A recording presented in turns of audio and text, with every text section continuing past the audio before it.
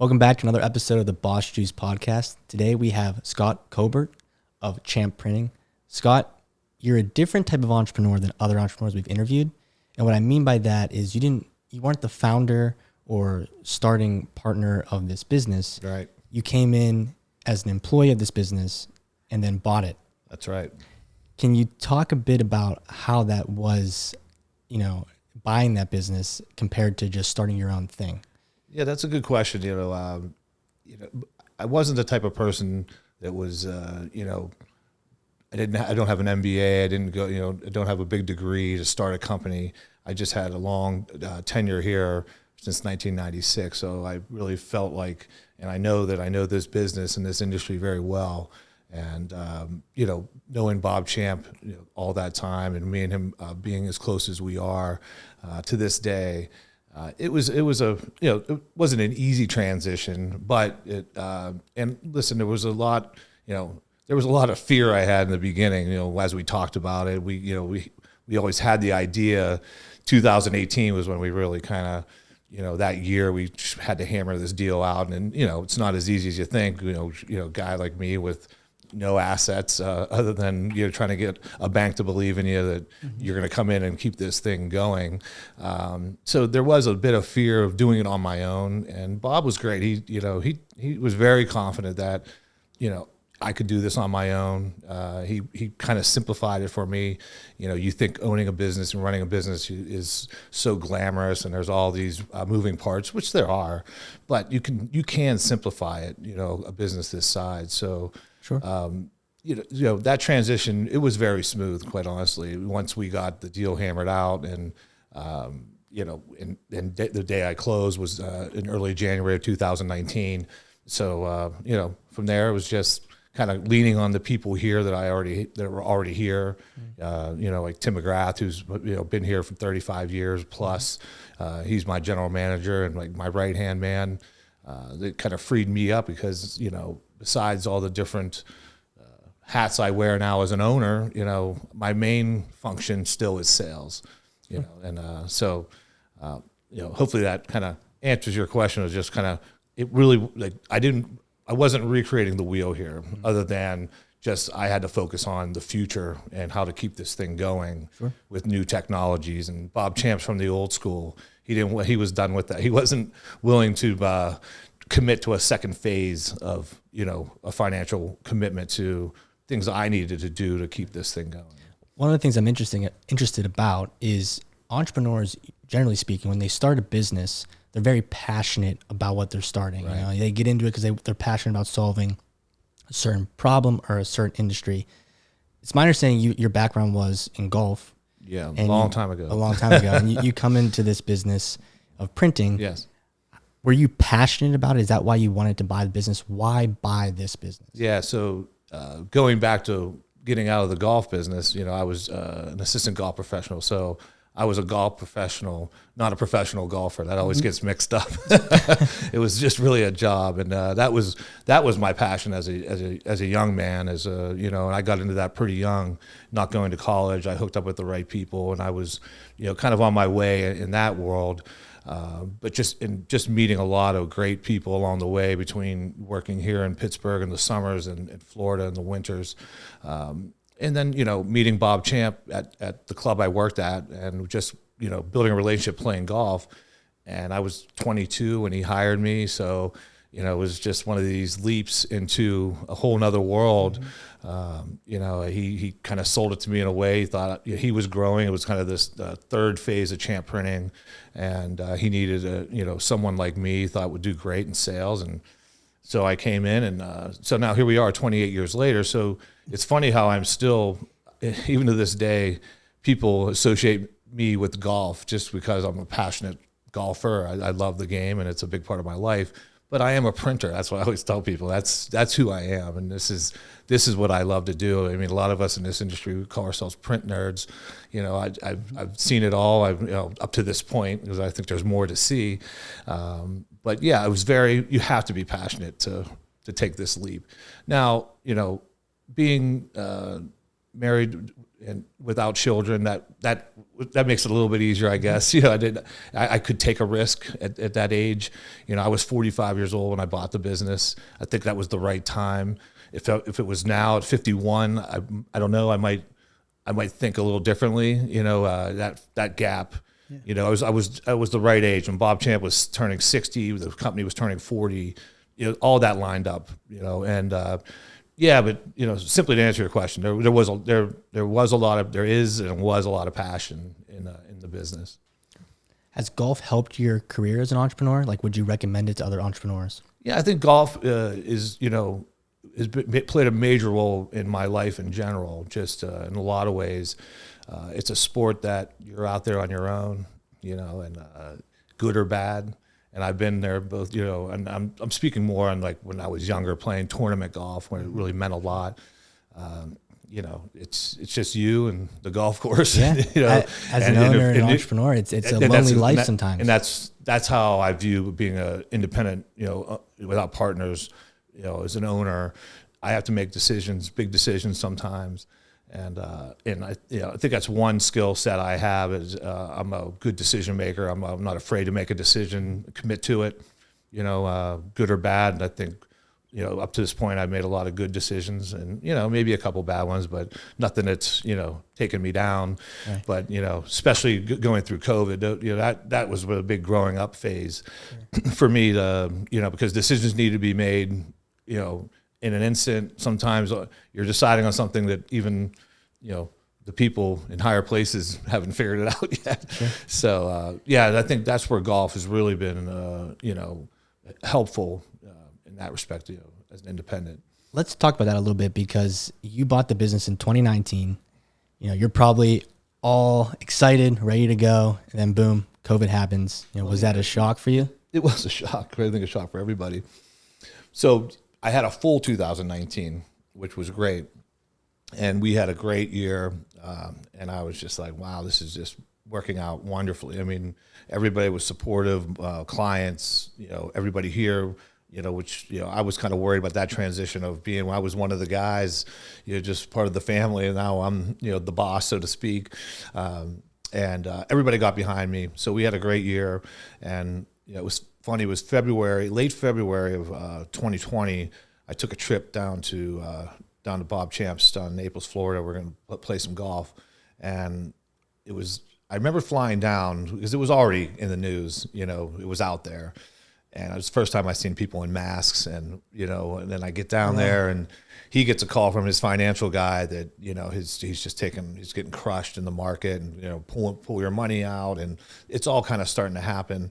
And it was just the last day of February, and Tim calls me, and we had a record month for February. And you know, from the printing business, those early months are tough. So I had this record February, and then I just felt I wanted to get home. I knew something was happening, and I got home, and you know, it was only a week or two later that it all just kind of came to an end. And the crazy thing was that the federal government listed printing as a non-essential, and we right away, we made a decision. I just kind of laid as many people out as I had to and kept a skeleton crew to figure it out. And I just said, I'm not closing up. I'm going to go down with the ship. I got, you know, I'm exhausted with money. I got to keep this thing going. I didn't agree. I knew we had lobbyists out there that would work on this. And what they did was they just lumped commercial printing in with screen printers, you know, and T-shirt printers, and, you know, nothing against them, but they were not essential. I was lucky to have some letters written on my behalf from some bigger clients, some health system clients, client up north that we print for that was switching their business over to help the COVID. They were making ventilators, you know, so we print tags and labels for the. So they were writing letters on my behalf that we need Champ Printing to stay in business, you know, so we can help the effort, which was great. So there was work there, but. And then the lobbyists got involved, and they got that all straightened out. Yeah. Even before that, how did you know in 2018-19 that, hey, this is the time where I'm going to take this business over? Because you said you make decisions, you live with them, you own them, and I get all that. Because most of us have been there too, right? But this isn't just a little mom and poppy shop. No. There's so many moving pieces to the printing, to a printing business. What was the signal that this is the time to jump off the diving board? Yeah, I think it has a lot to do with Bob and, and also kind of job security. I saw the writing on the wall. If I didn't do it, you know what's going to happen. Some larger, bigger printing company's going to come in and buy Champ Printing, and I would have probably got a job, but everybody else downstairs would have probably lost their jobs. Yeah. So Bob laid it out in a way in the sales, kind of a legacy type of a situation, so it didn't, I had to take on a big risk with, some bank obligations, but we did it in a way that, I was able to do it and survive, the first year or two. But it was really, it's funny looking back, like you think there was this, big aha moment, but it was just, I think Bob and I just talked about it for so long. It was always his, he's another one that he doesn't have children, and, I've been with him so many years, and we had a lot of nights, a lot of fun happy hours talking about solving the world's problems and that's a great and talking about the print. We were, we were very, very, and still are very close. And he just put the belief into me, and it made me feel like $1 million. I mean, he really was able to hand his baby over to me because he built this from nothing. I mean, it was really one of those great Pittsburgh success stories of a kid that just was lucky to get enough money to buy a one-color Chief press and just grow this thing from there. I mean, really, it's a remarkable story, what he did. It sounds like Bob was a good mentor to you. Yeah. Would you have dived into this, expedition or journey without his kind of guidance? It's hard to say, I mean, it was just, I love what I do, and, and it's if I had a different boss or owner I worked for, who knows, but, I was just lucky to be so close with him, inside and outside the business, and that goes back to, you play a lot of rounds of golf with somebody, you get close, and I'd say he's up there, probably the top 5 people in my life I played the most rounds of golf with, so it was just we were kind of the right match. I mean, there were other people here in consideration, but I think I was the one that really showed the most interest. And listen, it wasn't much negotiating. It was the deal was the deal, and I bought in right away. It's a good deal. I mean, it was a life changer for me. Yeah. So, can we talk a bit about that transition from being an employee to being an owner? Yeah. What was the biggest eye opener in that transition? Yeah, for me. It was learning about, as a sales rep, you kind of, we were old school. We were just 100% commission guys, so my stable of clients was kind of my own business. Bob set up, hey, as much as you can sell, you're getting your 10% commission. There was no boundaries. We were kind of free to do what we want. He didn't have a leash on us. We didn't have call sheets. It was just, meet your numbers, and as much as you can sell. So, you couldn't be lazy. But that was kind of like, that was my little business on my own. Mm-hmm. Now I learned the other side of it as an owner. Now I got a group of sales reps, and you learn, this is kind of a printing thing. But so, for example, sales reps love the big runs. You love to have that one run. It's, keeps the press busy for 2 days, and it's a big number. As an owner, I want 10 jobs. I want 10 jobs keep to run, not just one tying up the press all day. So just things like that, it's just managing people. There's everybody's a personality. Like, and Bob kind of gave me a heads up on, this guy, it gets cranky around this time of year. And, so like be that part of it. And then just, kind of instinctually just knowing what to do, like watching him, it's amazing how much I just learned being around it, and then at that point, like I said, he made it very clear to me, a business can be run simply. You got to worry about, it's just about sales. That's the number one thing.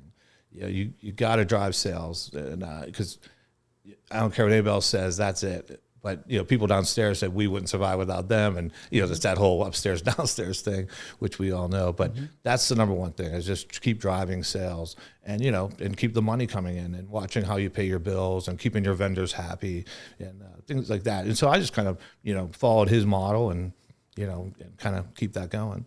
A lot of moving pieces. And I think, so Scott and I met close to 30 years ago. Yeah. Okay. And at the time I worked at Michael Baker Corporation engineering firm, and we had our in-house printing and graphics department. We had designers, things like that, but there were oftentimes we needed to outsource, Right. and I wanted to do it locally.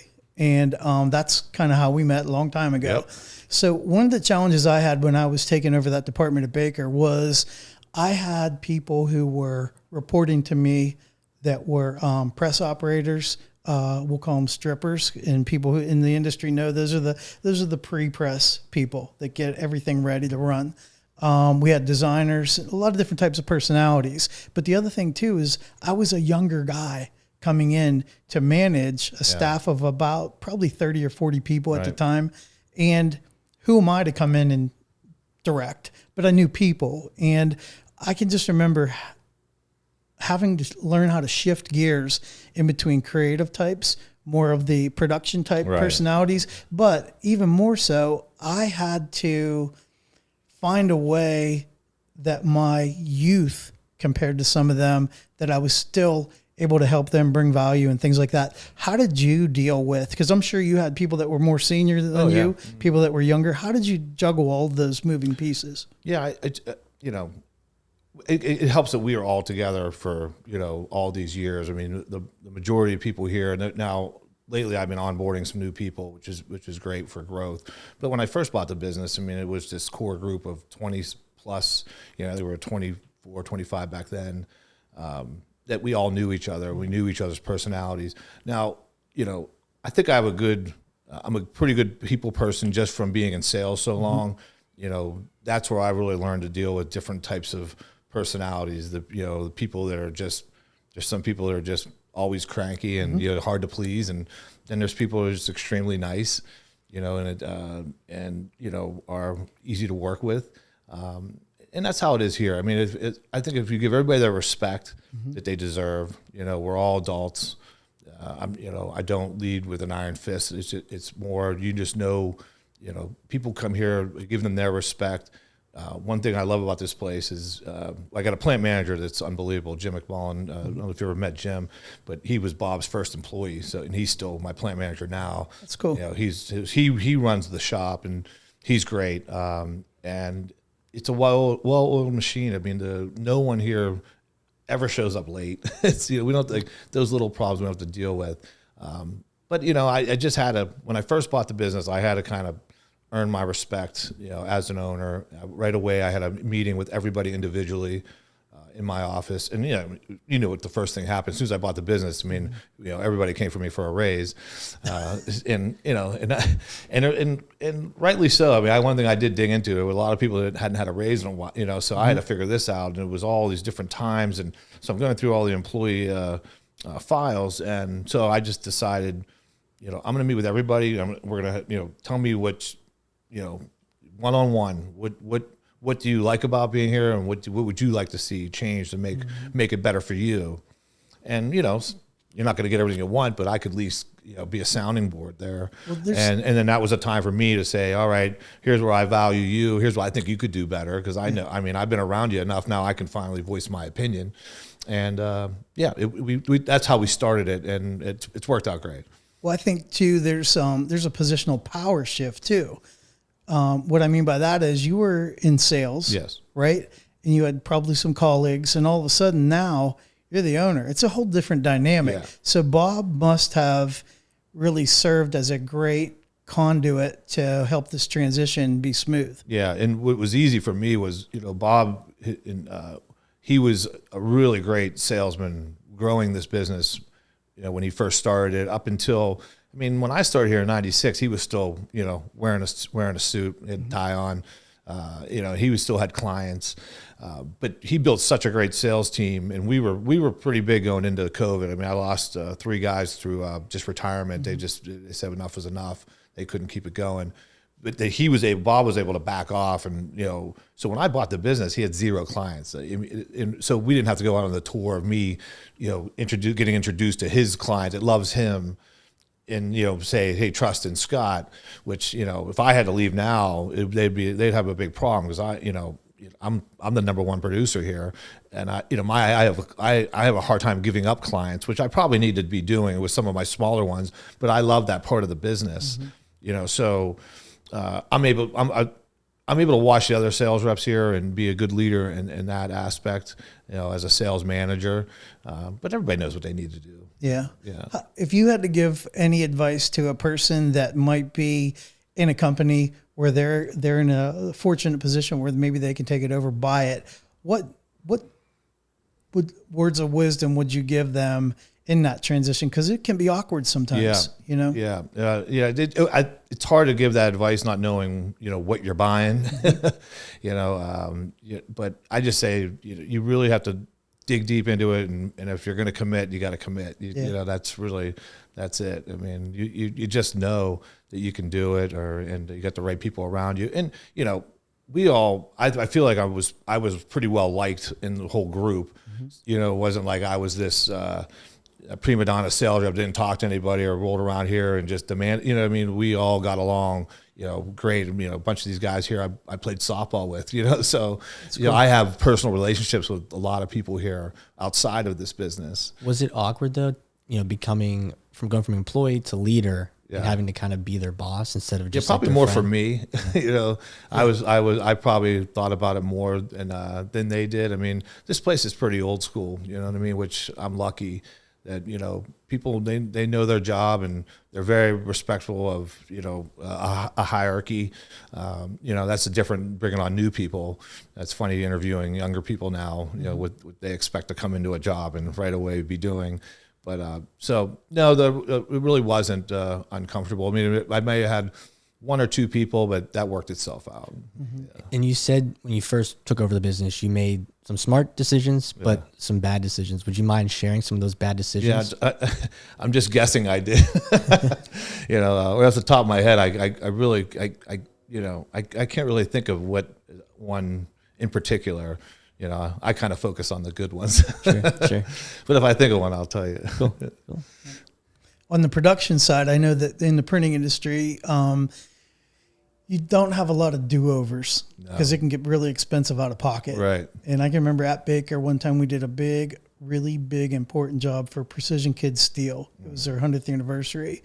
Well, one of the wrong files came off of the image setter at the time, and the book was done. We were delivering it and found out there was a problem.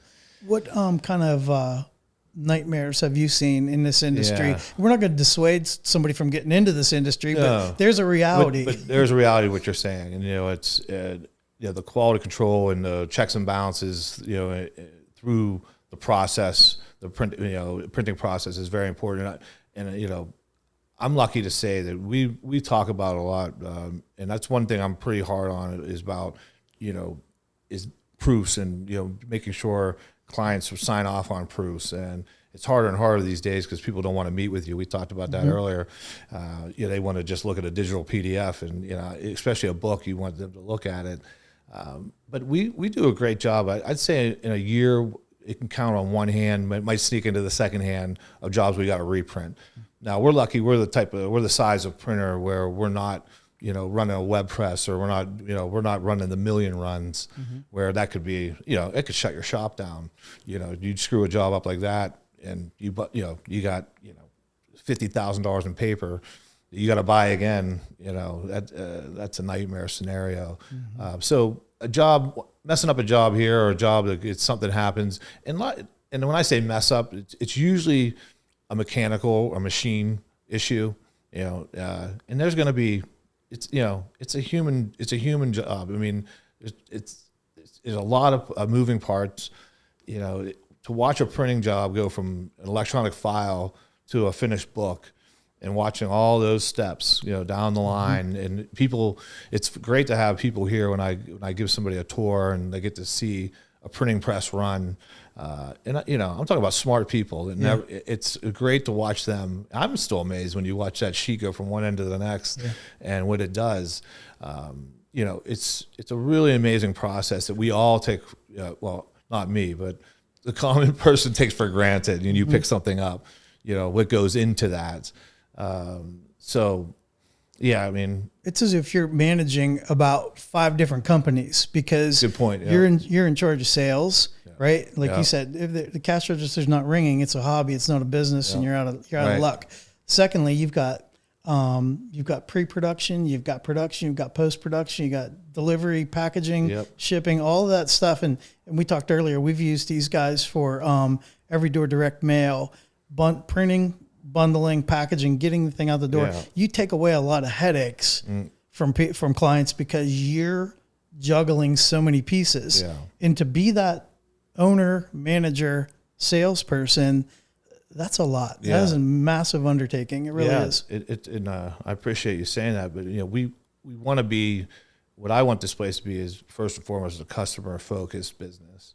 It is a manufacturing company, and people always don't understand that's what a commercial printing company is. We're a manufacturer, but there are a lot of different moving parts to the end product. I mean, down to just I hire a guy to work on my binder or as a delivery driver.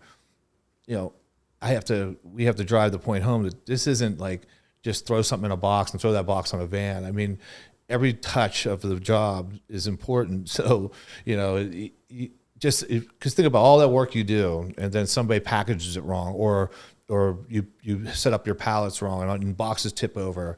Those corners on that brochure are going to get damaged, and now that job's ruined. And so it's every single person is important, and no matter what you do here, that's how I kind of put it.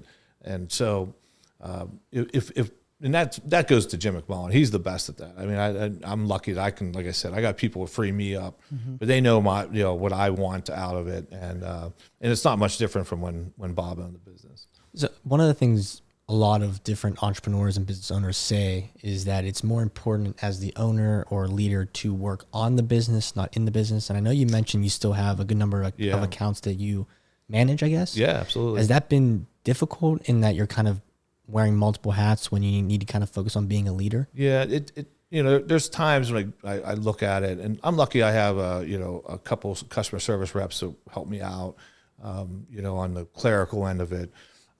But yeah, there's a point where I'm going to have to start taking a hard look at that, and and start pushing some accounts around. I guess there's a fear I have of it's territorial. They're my accounts, and they, I have a certain style how I do, and my clients like my style, so I have to find somebody that does it just like I do, or sooner or later I just got to say, I got to put the trust in that you're going to do a good job with this. But like I said, it's day-to-day operation-wise. I mean, that takes up a quarter of my time compared to the sales end of it. Right now we started a marketing initiative here. I hired a couple of marketing consultants, doing something a little bit different that no other printing companies really do. As far as marketing themselves. I mean, you may have seen our LinkedIn presence. Where we made a commitment there to a social media digital company, which would be unheard of years ago. Just to advertise and market this business, and but I decide if we're going to do it, we're going to do it right. And it's not going to be just like every once in a while throw something out there. It's it's on a program, and so then we decided, well, what else can we do to so why don't we start using our assets here, And we're getting heavy into some direct mail campaigns about Champ Printing, and using our digital press, which has variable data capabilities, so that it's personalized mail to the client, to the prospect. Both ways. We were doing prospect mailings, and then we're doing mailings to our current clients to kind of just say, hey, thanks, it's been a great year, we want to do more. Or if it's somebody like we haven't, some kind of slipped away, we're like, oh, we haven't done a job for them. What happened? There was really no rhyme or reason why that account, I want to find out why. Like, what did we do? Or sometimes the dude did nothing. It just happened. Somebody, a job changes, or a new marketing person comes in. But can we reintroduce ourselves? Because right now the landscape of the printing world in Pittsburgh is changing, and there's companies being bought by big conglomerates, and we don't want people out there thinking just because there's a new owner here that I wasn't involved. We're trying to tell that story that Champ Printing is, I'm still basically an arm of Bob Champ. I'm not some guy came in and bought this company and I was going to run it differently. And I think that needs to be told, because it's harder than ever. I mean, there's less competition than there was 15 years ago, but there's also less volume of print being bought. So we're all fighting for the same amount. You know what I mean? Right. So wonder how Bob weathered the storm of, because I know you remember this back in the probably mid 90s to early 2000s, there was a push where a lot of the smaller printing copy digital places were being scooped up by the big boys. Yeah. And that was a good thing and a bad thing, because I think when the big guys came in, a lot of that personal service went away. The other side of it is, man, you're open to all kinds of new resources now. How did you guys remain independent and do your thing? Yeah, he told me there was a few times that he was approached, for a sale, and everybody has their number, but he was, Bob was very passionate about the people and keeping this all together. I think that's one thing that he wasn't going to do that unless he had to, or unless it was some ridiculous number, and everybody has their big number. But I think that was the main goal, and what makes him the happiest now. And he sleeps good at night knowing that I was able to pull this off. Things are good. Everybody here that he left, because he had a lot, I think he was feeling like some guilt that he wanted to retire. And I said, you're allowed to retire. But he didn't want people to lose their jobs because he retired, and no one did. And, that's a different caliber of person. Yeah, I think there's two things. It's got to make you feel great and humble that he trusted you with his baby, and on the other side, he's got to feel really good knowing that Scott never fumbled. Yeah, we're not losing. Right, and and he really left me alone. I didn't know how that was going to be. Like, that was my one thing was, how's this first year going to be? Is he going to be on the phone with me? Wondering what's going on. He really just, I'll tell you, he's enjoying his retirement, and I report to him, and he loves hearing about it. Early on, I would kind of wet his whistle. I'd call him and say, hey, I need help with this quote. Tim's not here, and he'd run to his office down there, and and we'd talk it through. So he loved that. I was to kind of feel like he was needed still. But that's really cool. He's really left me alone, and that's. Did he pick you, or did you kind of approach him to buy the business? He offered it to me. If I want, and there was a couple other people that there was one guy I was with him a long time that just overthought it and didn't want to do it. And, Bob and I talked about it for, a lot of years, how cool that would be, a succession plan if it could work out. And as it got closer to that time, then he called me into his office with a little sheet of paper, and the deal was on that paper. He's like, you want to do this? If you want to try to see if you can pull this off, and I had to come up with some money, and it was a test to see if I could pull it off, and I did. So here we are.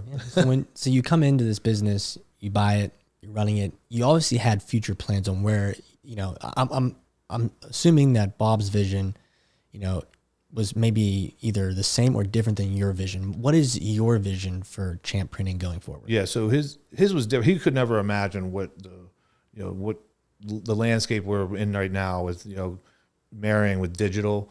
I kind of went back and forth on that. I really never had like, this is it. In the beginning, I was like, I'm going to grow this thing to 50 people, and I'm going to buy presses. And then once you get into it and you realize how much work's out there, and how hard it is to find good salespeople. That's the key. You need a good sales team. So I just finally decided that I'm going to tighten it up. I want to be a G7 shop. Which is a certification that was very important to me. We were not a G7 shop before that. So they come in every year, and we have to submit press sheets. And what it is just it's showing the big print buyers that we care about color and your brand throughout the whole shop.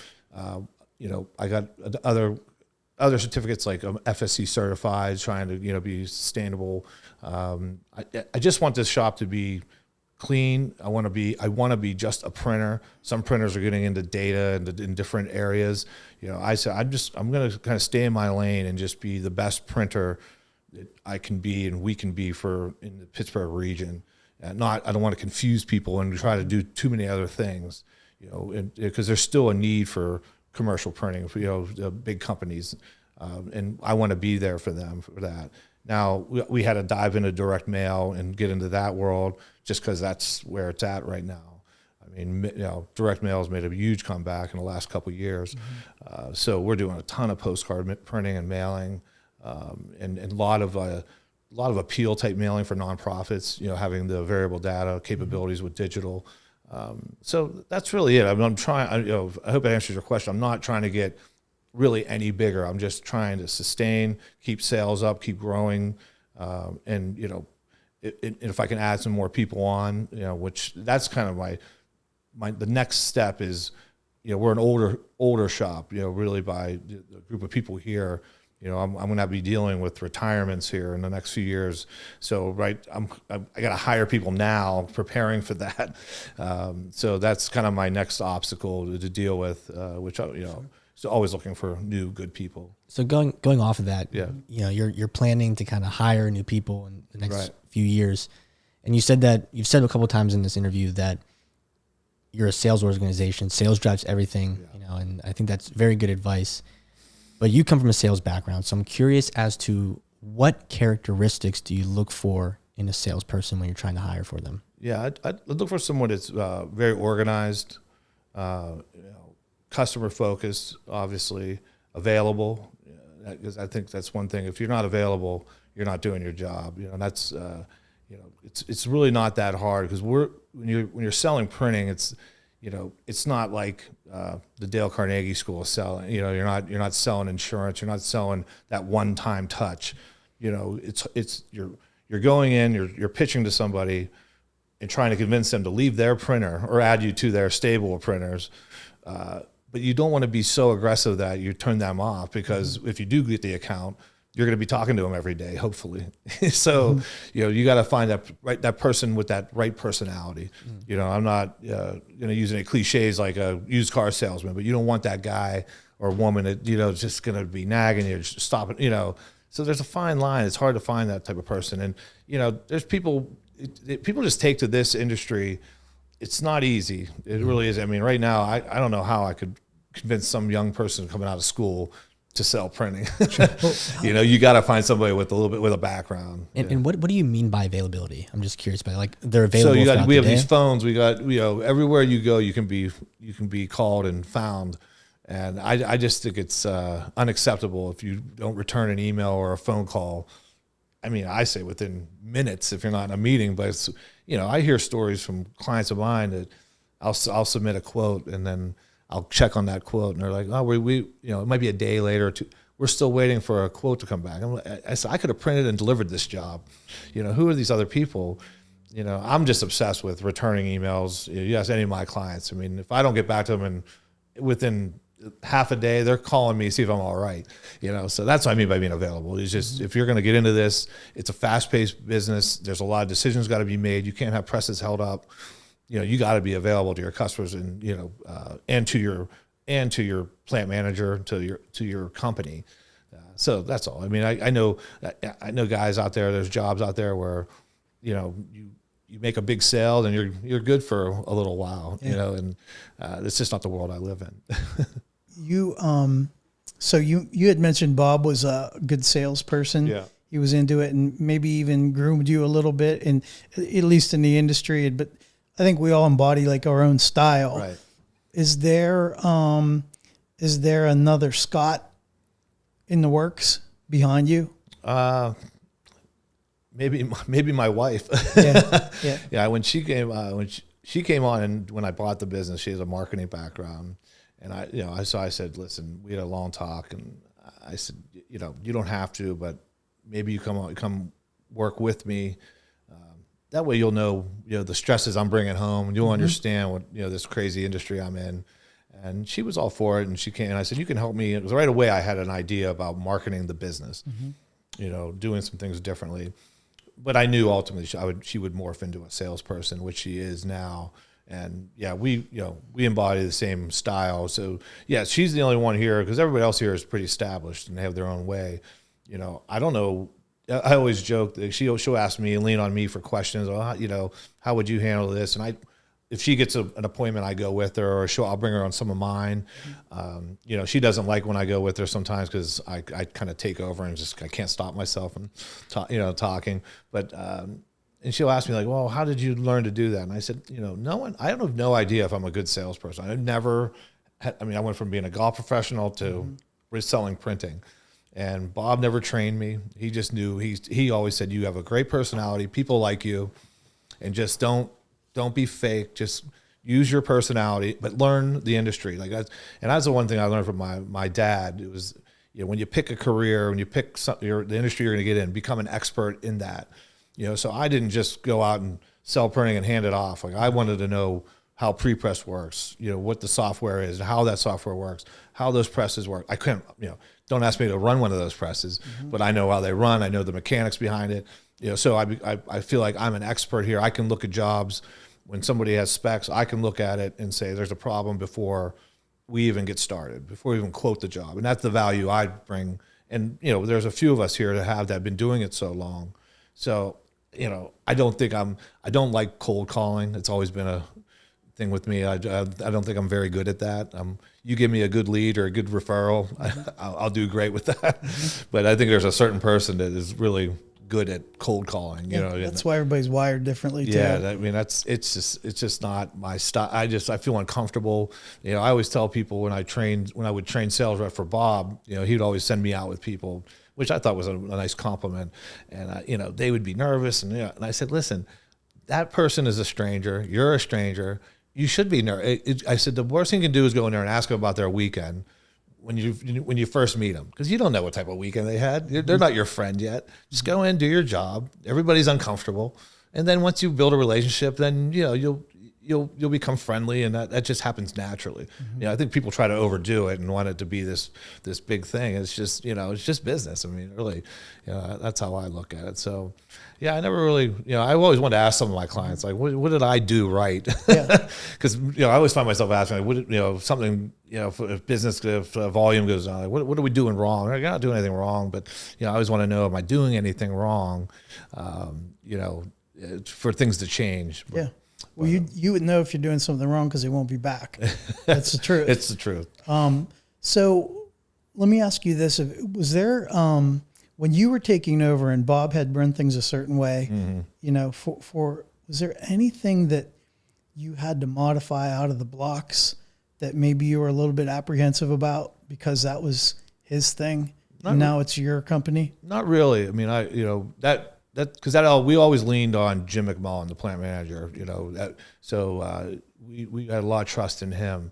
I think my style of running the business, I kind of just emulate what Bob did, because why if it's not broke, why fix it? It's just, but I just say I'm a little bit more present. Let's just put it that way. Bob's last years, and, he would admit to this. He had the house in Florida, so and Tim was kind of running it for him.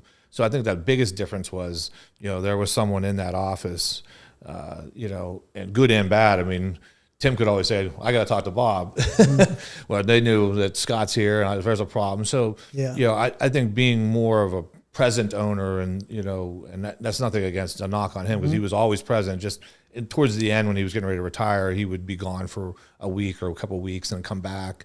But we were kind of running it for him at that point. Do you like that though? That's an interesting point because I feel like sometimes I run into a similar issue where when you're like the sole owner, people know you're the end all be all. So that's a tough negotiation. You have some tough conversations where they don't get the answer they want, and it's an awkward moment. I've gotten a lot better with that. That was one thing I struggled with in the beginning is you want to say yes to everybody, and people tend to want to take advantage of you because they know you're in a vulnerable position, but. That is, it's interesting. And but again, these are the things I I love about it, because it breaks up my day. You know what I mean? Like, my days go quick.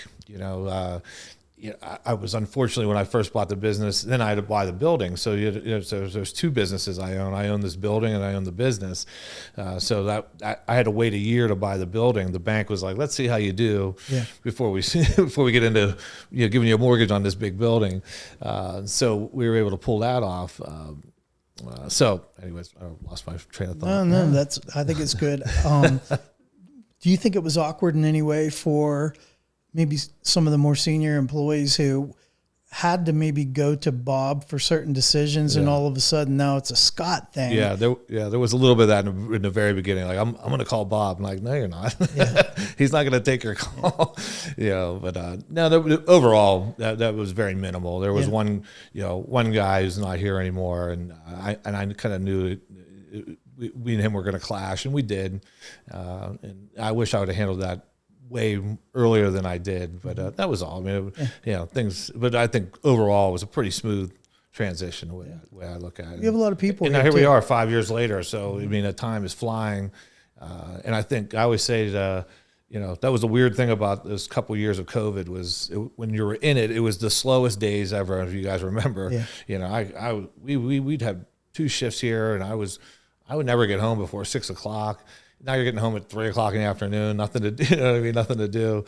But now looking back, it kind of sped up the time to here we are now. And that's cool. Yeah. So and I really think the future is really bright. I mean, like I said, you met Sean Moody here, and he's a great new hire that I have a lot of high hopes for him, helping me with my vision, and he's fully on board, and he's really kind of helping with the business development and marketing now. So yeah. He may be able to even help you procure some staff just based on his background. Yeah. So he's, that's what I said to him right off the bat. I said, being a former instructor of graphic design students, I said, I need you to get on the phone. Every one of those graphic design students is buying printing somewhere. And they all he was very likable, and he was, and it's already working out. And it's he seems like a great guy. Yeah, it's good. I've been lucky. That's cool. Yeah. Scott, I appreciate you sharing your story with us here today. It's been great. But there's always one question that we like to ask entrepreneurs, and that question is: if you can give one word of advice to a young entrepreneur or someone who wanted to start a business, what would that be? Yeah, I've thought about that, and one word I would say, and I know it's hard. A lot of people don't want to give you one. I'm going to give you one. It's confident. The word confident. Because you got to be confident in yourself to take on a ownership role, take on a big, you got to go in 100%. And on the other hand, you want the people working for you to be confident in you. You want your clients to have that confidence in you as well. So that work can go down the line. But and I really believe that if you're not confident, if you're wavering at all, don't do it. I wonder if that's where your golf analogy comes into play. No pun intended. I mean, you're teeing it up, and there's nobody's going to hit the ball for you. Yeah, sure. You're exactly right. Because if you're a golfer and you have any bad thoughts in your mind, that's what's going to happen. And believe me, I know that. Absolutely. That's cool. This was a great reconnect. After absolutely. many years. Yeah. We wish you all the best Thank forward. You. Yeah. And I think this is a great little company. Yeah. Thanks very much. Thanks for having me. I appreciate it. Absolutely. Yep.